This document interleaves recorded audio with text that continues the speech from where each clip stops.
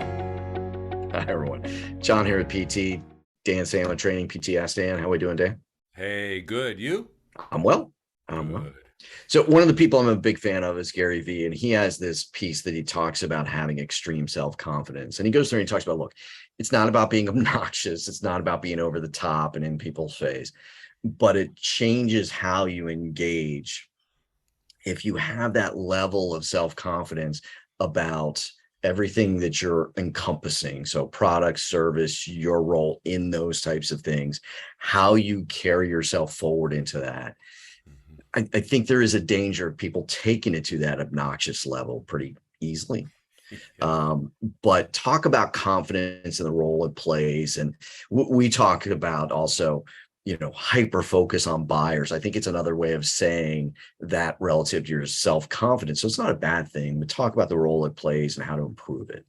Well, confidence is an internal stuff. It's all internal, right? It's when we make it external that it becomes fake or over the top. Yeah. So I always remember the saying it's kind of like a quiet confidence. It's that person who doesn't need to show you their confidence because you Yep. can sense it. You can sense it. And when we have that internal self-confidence, and people know it, and they don't blow smoke at us as much. Or if they try it and we Yes. call them out on it, oh man, they won't do it again. They won't Yeah, do it I've again. talked I've talked about as sort of a healthy sense of indifference or not caring what other people think. I think that also helps you put things out there in a way where you're just very matter of fact about them at times too, and you're not caught up in the response or what's going to come back at you.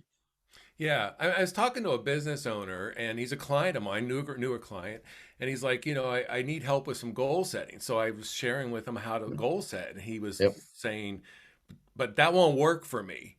And I go, well, you're handcuffing me here. You're asking me for help, and I'm telling you what you need to do, and then you're telling me you won't do it. Where do we go with that? Right. Why are we here? Yeah. And I got to tell you, most people don't talk to owners like that. Yeah. And that takes some confidence to do that. That it really does. So look, if you're a salesperson or a manager or an owner, whoever you're talking to, if you believe in what you're saying and what you're doing, you're not going to be sidetracked. It's like, hey, this is the way it is. Take it or leave it. Don't say that, but that's what oozes out, so to speak. Correct. I think what you're describing with that owner example is a couple of things. One is owners not being used to hearing those kinds of things. They're used to hearing what people think they want to hear, sort of stuff. And then the other example is I think a lot of people, when they go through a process like that and somebody pushes back on them, like, yeah, well, that won't work for me. They dive back into trying to figure out how to make it work rather than having the confidence in what they put out is really the right thing to do. Let's Mhm. talk about your unwillingness to accept some of that. And maybe that means we need to part ways, and that's okay. Yeah, and I always look at the amount of confidence you have in sales is directly proportional to the amount of things you have in your pipeline. Yes.